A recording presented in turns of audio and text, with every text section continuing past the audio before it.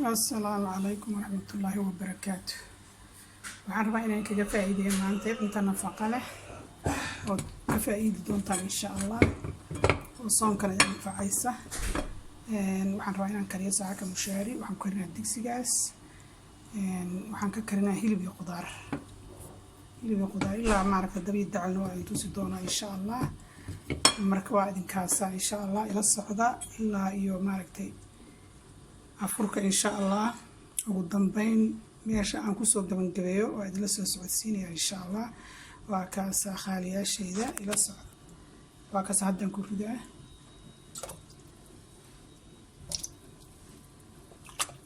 okay, waa kaas waa isku imaanayna insha Allah. waa kana hilibkii waa bislaaday, marka alaabtii aan ku daran lahaa oo dhan waa tan halkaan ii taala. waxa la wixii aan ku dari lahaa waa kaasa halkaan ii yaalaan. boorashkaasaan ku daraa, misirtaasaan ku daraa, waxaana qudaaraan ku daraa. kan broccoli waaye, kan waa carrot, kanna waa sukuuni la dhahaa, waa bocor caddaa camal. marka intaas halkaan ku jirto ay ka kooban yihiin oo ku darayaa insha Allah. waa taasa saddexdaas shay halkaan ku jirta.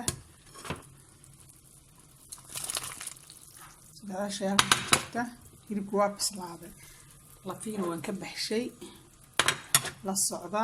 halkan waxaa ku jira basal baar iyo laba basal baarta caadiga oo Soomaalida iyo basal baarta oo Swedishka. waa tanaa basal baarta mid waaweynaan ku daraa, midda kale hadhow markii laga dejin rabaa lagu darayaa insha Allah haddii Ilaahay yiraahdo. meeshaas waxaan ku daray 3 geed ayaan ku daray. halkan waxaa ku jira koosto iyo kabash saad u ogtihiinba waa ku daraya. waa kaas asagana koosto iyo kabashka waad ogtihiin wuxuu u fiican yahay. dabcan intaan ogeyn haddaan u sheegayaa caloosha u fiican yahay. waxaas dhanba waa wax caloosha u fiican. cuntada aad cuntay kaaga istaagin caloosha ayaa la leeyahay haddii Ilaahay idmo. qofkii calool jilicsan, qofkii kalena asagana waa laga yaabaa inay wax ku tarto. waxaa soo haray misirtaasaan ku daraya iyadana. waa soo dhaqay, waa taasaa hal maraan ku wada shubaa.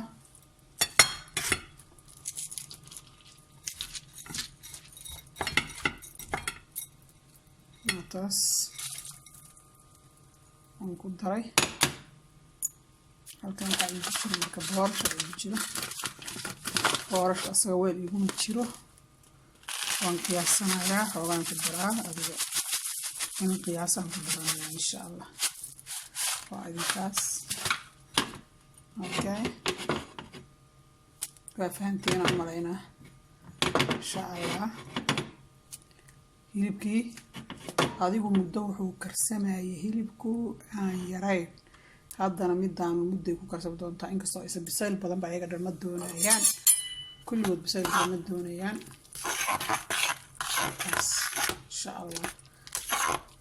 ninkii Allah u alfaa cunaya. waa kaasa tuuntaan waxaa laga yaabaa inaanan hadhow idin tusin. basashaan basal baarta iyo tuunta iyo filfisha marka ugu dambaysood ka dejinaysaad ku daraysaa si udgoonkooda aad u hesho. haddii uu karsamo udgoonku waa ka baaba'ayaa insha Allah. marka ugu dambaysa ayaad ku shubaysaa haddii Ilaahay yiraahdo oo aad ka dejinaysid. marka inaad shiidda maana wax kale kuu dhimnayn. haddaad doontaan bisaylkoodaas ku bislaanayna shiidka uma baahna. laakiin dadaa iska jecelo inay tifaf ka galaan rabin iyo maaragta wax nool. marka insha Allah saas la socdo qaaliyaashayda. waa idinkaasa okay. waa kaasa waa bislaaday. marka waxaa u dhimay shiiditaankii. qofkii rabaan waa shiidan, qofkii rabaan sidiisu ku cunayaa. waxaa ii dhiman marka tuuntii hadda waa ka deji, waa ka dimiyay dabkii, laakiin tuuntii waad soo ku daray. sabaartiin waad soo ku daray.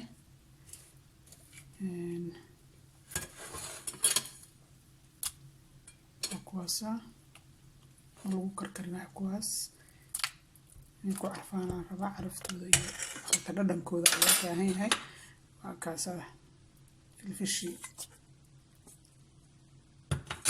insha Allah waa kaasa